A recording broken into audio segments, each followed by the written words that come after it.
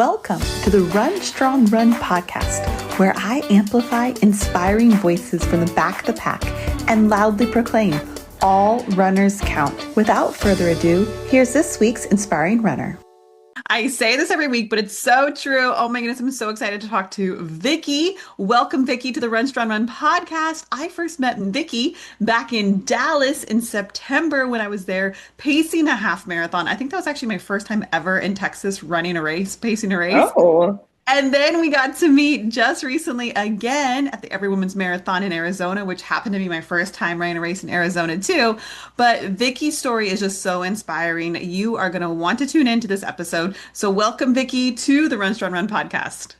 hi, Stephanie. Let's get us started by talking about, have you always been a runner? You just ran your first full marathon at the Every Woman's Marathon. So congratulations, marathoner. Thank you. I know it's crazy. Oh my gosh. No, I have not always been a runner. I did cross country in eighth grade, ninth grade, and we were required to do it for our soccer team. It was literally just something to check the box. And I was good at it, but I wasn't passionate about running. I literally just did it because my coach was, "You're going to get on the team." And I'm, "Okay, sir, I got it." I did that. I played soccer in high school and college competitively, and then got married, had two kids, and I played soccer at the indoor place in town, but I never really got back into running until the last year. And then seeing all of the content from Tatiana Forbes and Bonnie Wyrick, seeing them, who are people who look like me, who are slow runners, who are part of the community, seeing them like start that journey and take the first step and tell people that it's okay if you're slow. It doesn't mean that you shouldn't be here. I think that's what really inspired me. Okay, I'm finally going to do this. I'm finally going to get started on my journey. I started running in August 2024, August 6th. That's on my calendar. It's my run anniversary. Started running. I signed up for a turkey trot in November, and I was, oh my God, wouldn't it be crazy if I did a turkey trot? You hear about the families that are the turkey trot families that wake up on Thanksgiving and go run. And I'm, well, I guess I'm doing it this year. I sign up. I'm doing my couch to 5K plan. And then I get to the part of the plan where it's, oh, you need to do 3 miles. And I'm like, oh my God, I've never run 3 miles across country. We only ever ran 2. And I wasn't wearing a watch or anything then to know on our workouts, am I running more than that? I go sign up for a local race a month before, run the race. And I'm like, okay, so I just ran I just ran a 5K. That was crazy. I'm going to do another one. That was crazy. And then December comes, I sign up for another race. That one was supposed to be a 5K. And then I get there and I'm just going to sign up for this 12K because what do I have to lose, right? Famous last words. That was a horrible. But I decided once I ran that race that I'm going to do something crazy for the next year. I'm going to run one race every month. And at that time, it'd be crazy if I could work my way up to a half marathon, maybe by September. And then maybe in a couple years, I can run a marathon. But once I went to this journey, and it was kind of fast and furious, I ended up running my first half in May instead of in September. And then I ran another one in August and then another one in September. And now it's a half marathon I have another one in a couple of weeks and I'm ready. Let's go. The journey was a lot of support from my family, a lot of support from my peers along the way. But once I got into it, got going. Don't tempt me with a good time, right? Oh my goodness. I love that. Look at that. August 2024. You were, I'm going to do this thing. I'm going to become a runner. And I love what you talked about running your first 5K, because I distinctly remember that for myself as well.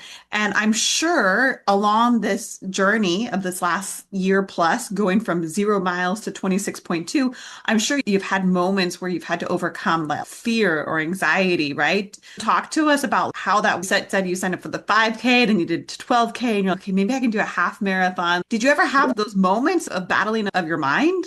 Oh, absolutely. I'll tell you, my battle with myself was running on the treadmill. When I first started, I only ran on the treadmill. I did not run outside. And that was probably for a good 4 months that I was too embarrassed. I was scared. I was, oh my gosh, what if I'm slow? What if people see me? And I know I'm going to hit 3.5 or 3 or whatever my speed's going to be. And I know that that's comfortable for me.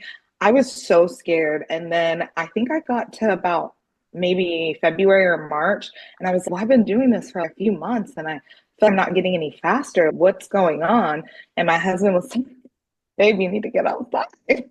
I eventually worked up the courage to go run at the local park, and I never ventured. The loop around the park is only a mile, and I never ventured outside of the park. So I would just run loops, and of course I'm still, oh my God, I hope no one sees me. But I did it. And then even with the races and trying to figure out, once you get into longer distances, you're starting to get into, well, how am I supposed to fuel my body and all of these things? And the amount of information is just overwhelming for me. And just having to get real with myself, really, and say, okay, if I'm going to commit to this, I need to fully commit and I need to fully dive into this, whether it's that, okay, I'm going to only research for this much time on the topic that I want to know about. That really was super helpful for me on just getting the fear out of it. But even still, you sign up for a 10K or you sign up for a half marathon and it's scary. Mm. And sometimes it's great and it goes really amazing. I remember my second 10K, I only did 2 walk breaks and I was like, oh my gosh, I ran for 3 miles and I only walked twice. That's crazy. Just honestly, what's helped me the most is just doing it scared, terrified, uncomfortable, sad, happy, whatever it might be, just doing it regardless of what your emotion is. And then once you get through it, you either learn something or you teach yourself something. Those are the same thing, but you once you get through it, you learn something about yourself or you learn something about the race that you did, whether it's the distance, the course, anything like that. Just doing it scared and learning to be uncomfortable, and then just having the community around you, whether it's you see one of your friends running and even you might not be the same pace with that person, but just getting out there with them and maybe you follow them or you guys run opposite directions or something, just putting yourself out there with other people and trying to get involved in that community, I think was also really helpful for me on the exposure therapy aspect of it for sure. Yeah, and I think what it sounds to me is that you are a very courageous person because that's actually the definition of courage is to feel the fear and do it anyways. I think what it sounds you're saying is you were acting courageous and you are encouraging others to do that too. And I would also say that have you ever had a run, a training run or a race where you afterwards were, man, I really shouldn't have done that, or you regretted that run or that race? Yeah, for sure. My first half marathon, horrible, terrible, worst race ever. Everyone's marathon was also not what I expected, but the my first half was the Fiesta de Mayo, and it was, oh, our course is fast and flat. Oh, I was first mile went out 11-minute pace. At that point, my average paces were 13s usually. Went out first mile 11 minutes. I'm flying. And I had a plan. Okay, I'm going to run 1 mile and then I'm going to take a walk break for point one and then I'm going to run again. But I didn't do that. I didn't follow my plan. I didn't stick to it. I finished in 3 hours and 45 minutes. They were closing the course when I was crossing the finish line.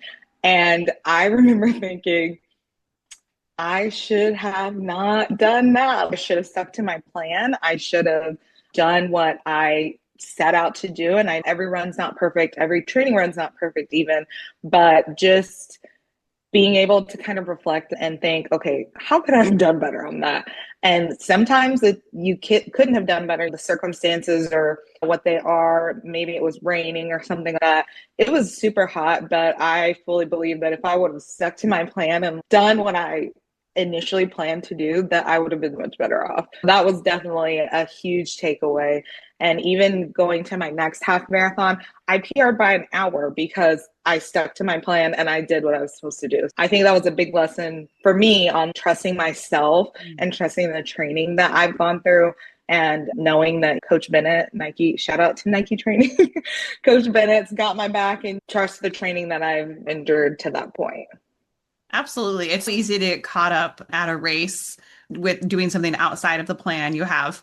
In fact, I did tune in a little bit to your reels you posted about the race recap of every women's marathon. And I think race recap number two, you were talking about pacing. I'm a huge fan of run walk intervals. And I heard you, Vicky. I heard you say No. run walk intervals is not for me. But I'm so proud of you for knowing this is how you've trained. This is how you know that your body likes to run the best. And you're right. That is hard sometimes when you have pacers, such as myself, who's pacing 550 and I'm using run walk intervals. And I have people ask me, what happens if that's not what I want to do? Then I say, you do your own thing and we'll leapfrog. But then it's hard to if you have a bunch of people around me doing what I'm doing and then you're getting Right. stuck in the crowd.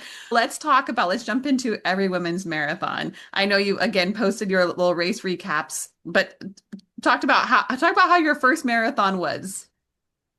Well, the weekend as a whole, wouldn't trade it for the world, was the best thing ever. I had so much fun. I met so many people, so many friends that I had online that I've never met in person that I finally got to meet. And it was, oh my gosh, you're so and so. It's crazy putting a username handle to a face and, oh, it's you in real life.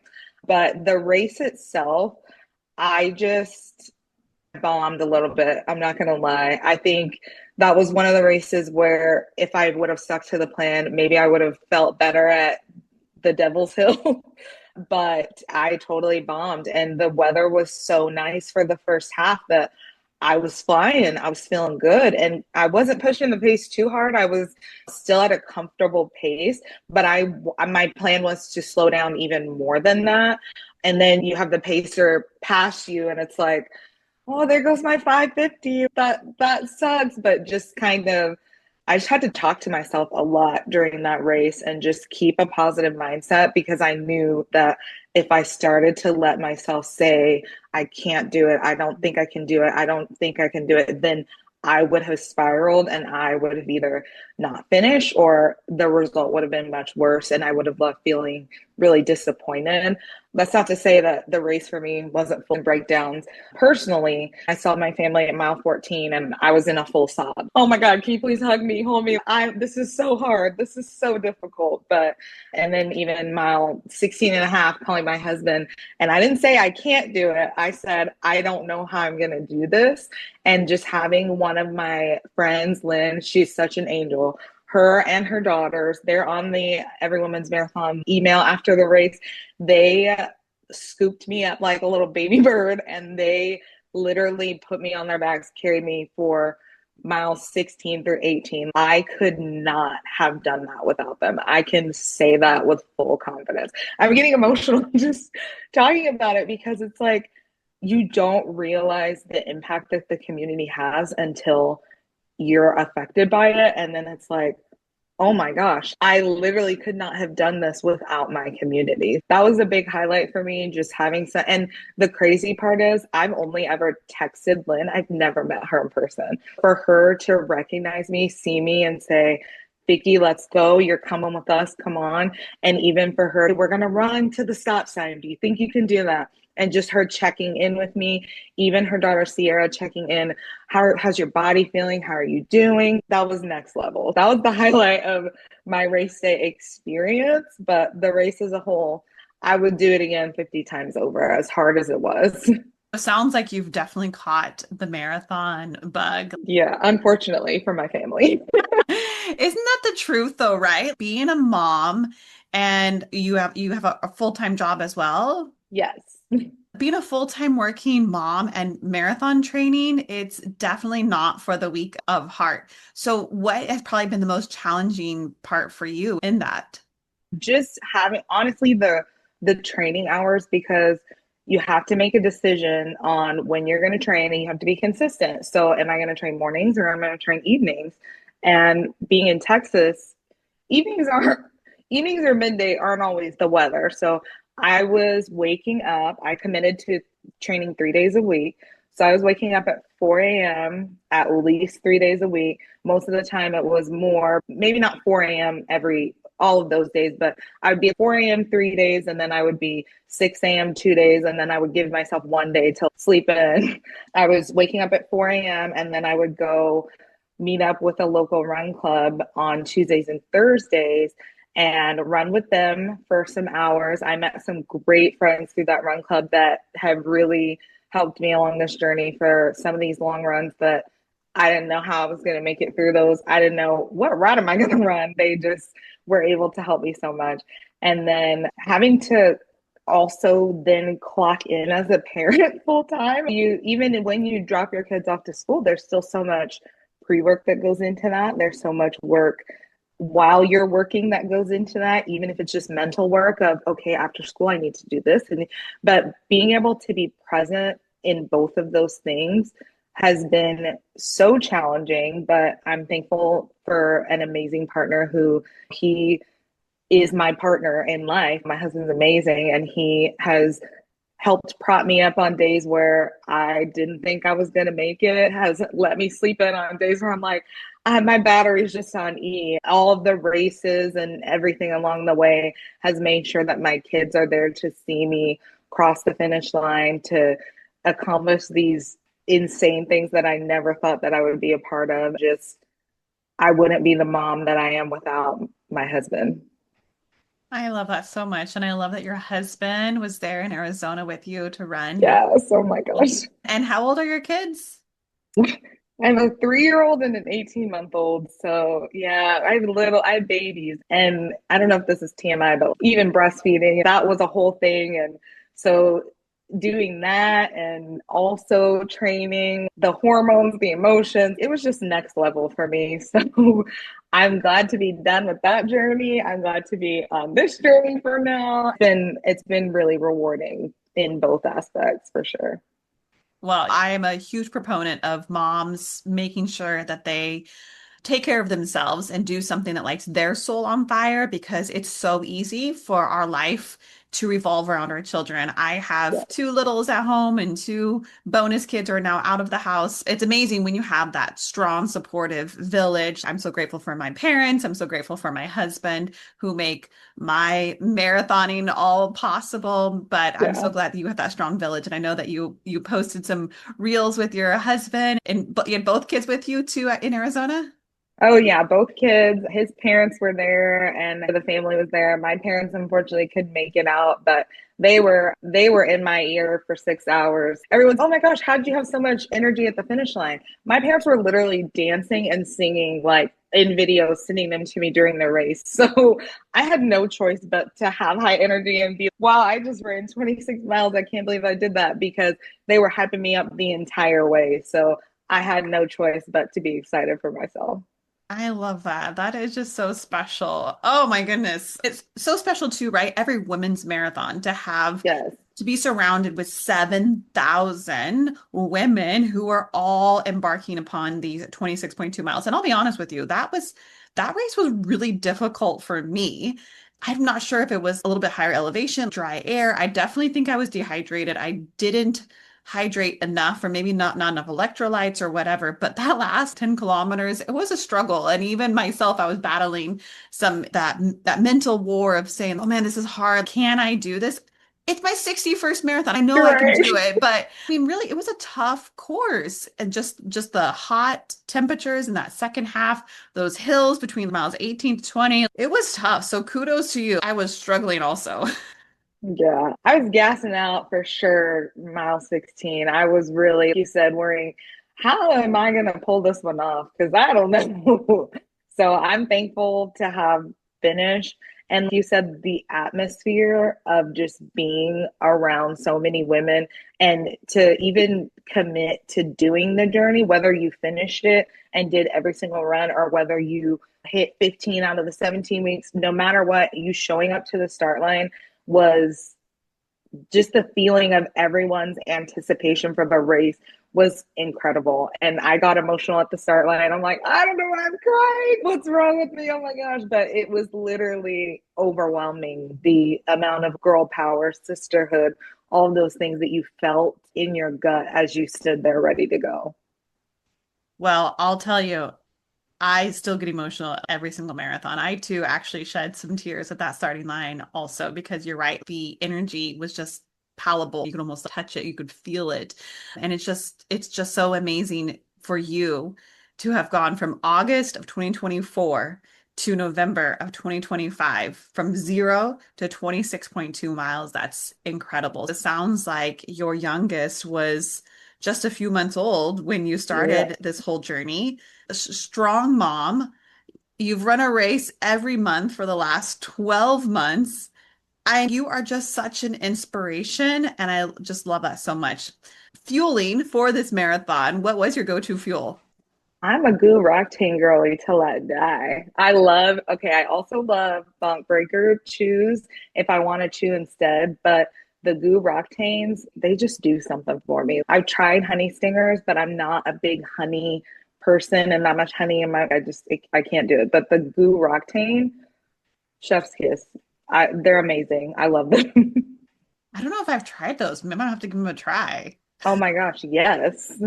If you like, because I know a lot of people, the texture is a big thing, but if you like regular goos, the Roctanes have more amino acids and stuff. So it feels a more complete gel, if you will, to me. Granted, I'm not a sports nutritionist or anything, I could be wrong, but I like them and I feel they fuel me really well when I'm running. I love that. Go to running shoe. Brooks, baby, all day. Which Brooks shoe? 'Cause I'm a huge Brooks fan too. I have bought two pairs of glycerin so far, and I don't, all the other brands would have to do some real convincing. I would try other shoes, but I don't know if I would love them as much as my Brooks. My Brooks they are my go-to ride or dies, and whenever it's time for a new pair, they let me know. I love that so much. What's next for you? I know it's only been a month today, or sorry, a week. A week ago today, you ran your first marathon, but have you already set your sights of what's next? Yes. I am going to be running the LA Marathon in March. I I'll see know. you there in LA.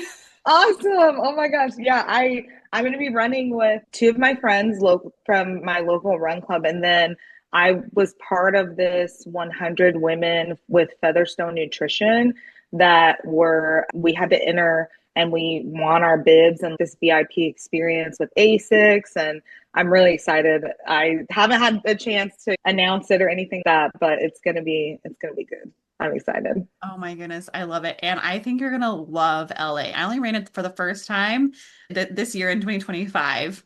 And I think that was probably my biggest marathon I've ever run. I've never Mm, seen a marathon course jam-packed from start to finish line. There was never a lull or a break of runners. I was I just love that. how many runners there were.